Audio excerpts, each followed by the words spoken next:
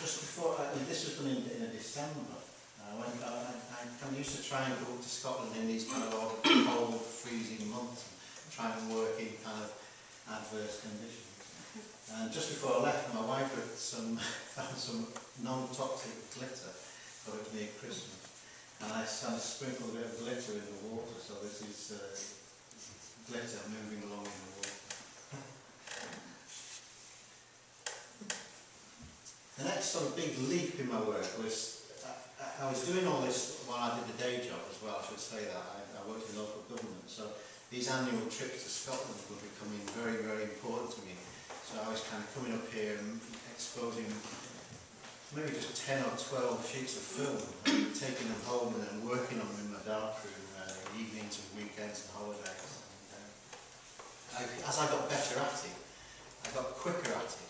So I ended up this period when I'd kind of done the work from that year's negatives, and I had this kind of empty period. So I started to kind of create pictures in the darkroom out of two parts of an old negative.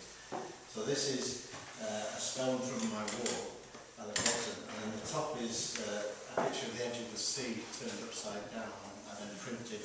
And it drove me crazy, these pictures, because I would do them on one piece of paper in the darkroom by covering a bit of paper, printing half a picture, changing the negative, turning the picture upside down and printing the second half. And then you only knew whether you actually succeeded when you processed it. And you get the white lines where the two things join. They were quite sort of precious, but they took my work on a whole kind of leap all at once, because it stopped me printing square, it stopped me being so precious about not doing things in the darkroom and doing them in the landscape. And they kind of added a layer of depth to the work that wasn't there before. Again, just some lichen on a rock in a stream, and then the top part is the bottom of a waterfall turned upside down.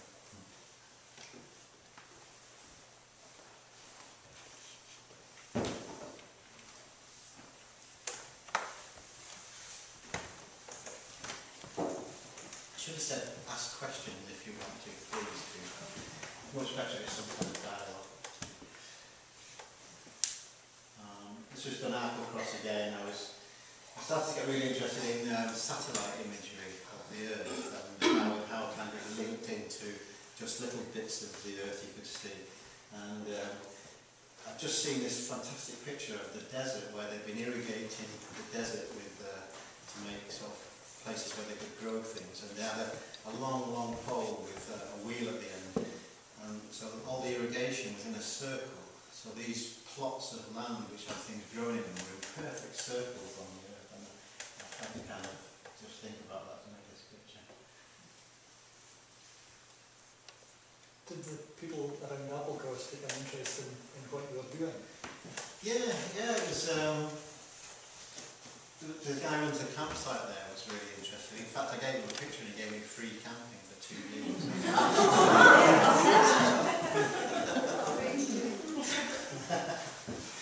There was one house also there's a row of cleared cottages, really. They're just shells.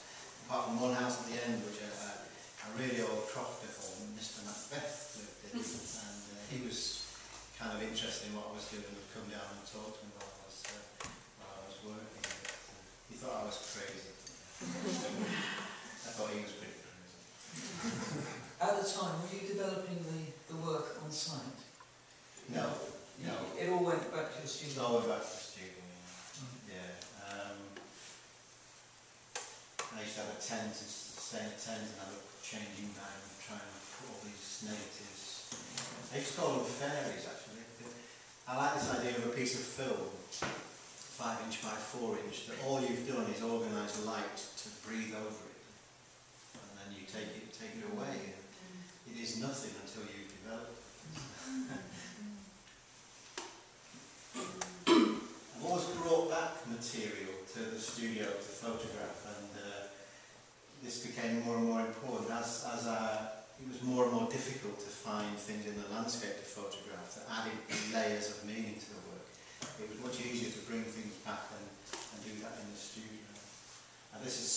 stones from Dungeness. We went to visit Derek Jarman's garden. Collected some stones from Parson's Nest. This edges to the works started to appear.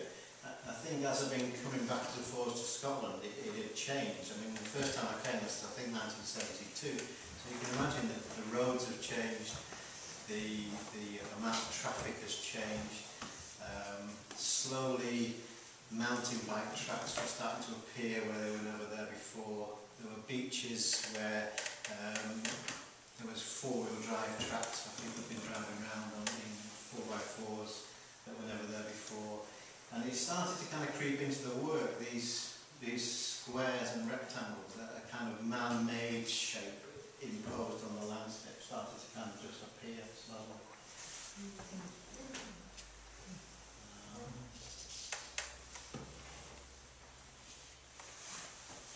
Somehow the edges of wilderness were being closed in on. I think that's the best way I can describe it. This is the first picture I did that kind of adulterated a negative. I got kind of obsessed with toilet duck. The fact that no matter which beach you go on, however pristine, however beautiful, you find a toilet duck on. And it seems to me like the kind of some symbol of stupidity to clean your toilet out with some noxious substance and then throw the bottle in the sea. You'll see it's like. So I started to use it as a bleach, a photographic bleach. So this is a kind of negative of some mussel shells in a crack, but the edges are bleached away, the negative bleached away with toilet paper. This is a really important picture for me. I started to try and make photographs out of much more insignificant material. It started to become easy to make beautiful pictures out of beautiful stones or beautiful shells. And I thought if I was true to what I was trying to do, I should be able to make beautiful pictures out of more and more insignificant rubbish, really. And we went to the Isle of Muck for a week. And Margaret, you see, brought back with her a jar of sand and shells and a jar of seawater. And I think was going to do some kind of painting with them or something. And it stayed on her shelf for about a year, but did nothing with it. And then one day I just took this jar out, and in it was this kind of mixture of different shell fragments, and I thought, oh, that's quite interesting. Maybe I can. So I filtered through it and took all these shells out and raised them in a rectangle. And this is all done in the studio on a piece of black velvet on the floor.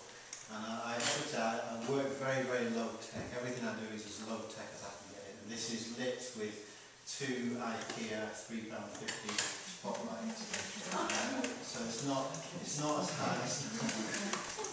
I do talk to some photography groups and they say, oh yes, you must have used a Bowman's flash and a studio. No, IKEA £3.50.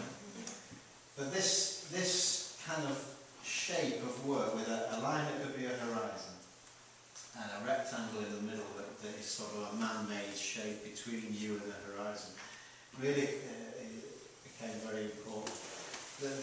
Where my wall was, I went one year about mid-90s and a huge deer fence had been put up. You couldn't get to the beach. This sort of 12-foot deer fence had been put up. And it just seemed to sort of impose itself between me and my wall, and so that these kind of squares and rectangles became much more important.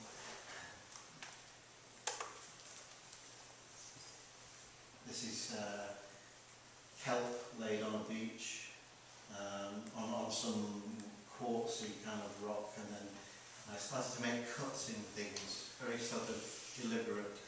I would take a Stanley knife and a ruler and just make cuts in things, just trying to kind of show this kind of man's effect on the landscape. Even